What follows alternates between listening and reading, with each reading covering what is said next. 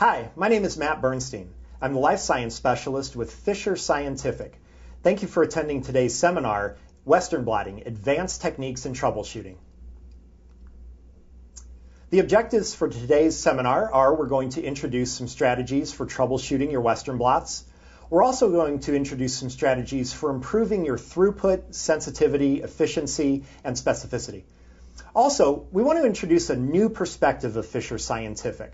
A lot of people, and I was guilty of this when I was in the lab, tend to think of Fisher for their tips, tubes, gloves, centrifuges, things like that. But you don't generally think of Fisher Scientific when it comes to hardcore molecular biology, such as siRNA or proteomics or DNA sequencing.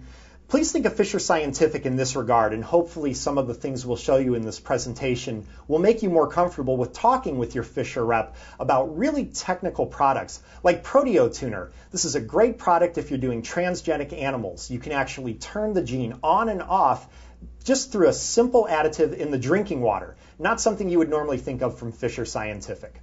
But we're here to talk about Western blotting today. So let's go ahead and get started and look at some of these variables that can affect your specificity, sensitivity, background, all these factors that go into a Western blot.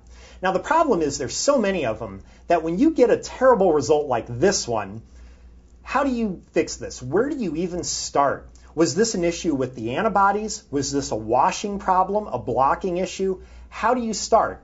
So what I'm going to do is show you a methodological approach to your Western blots so you first of all don't have this issue in the first place, and second of all, if you do have this issue, it's going to be easier to figure out what happened.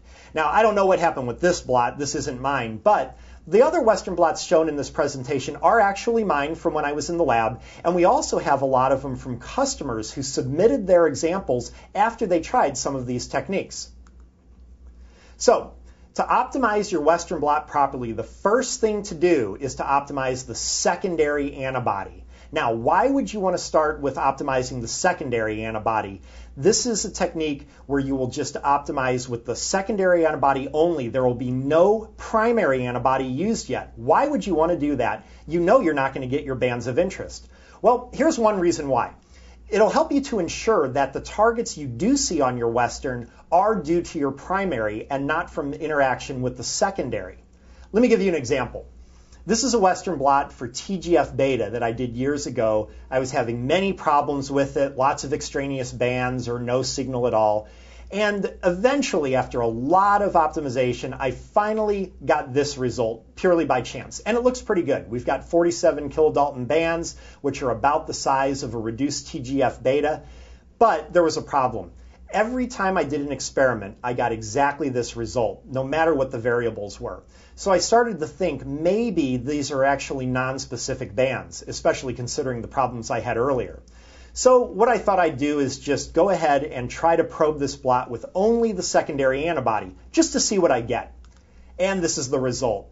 As you can clearly see, these are IgG bands from my tissue sample that the secondary antibody was binding non-specifically to. I know that was the case because doing a saline flush of the tissues actually removed this.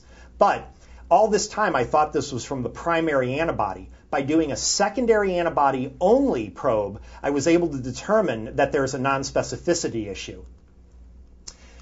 Now, there's other benefits to doing the secondary optimization as well.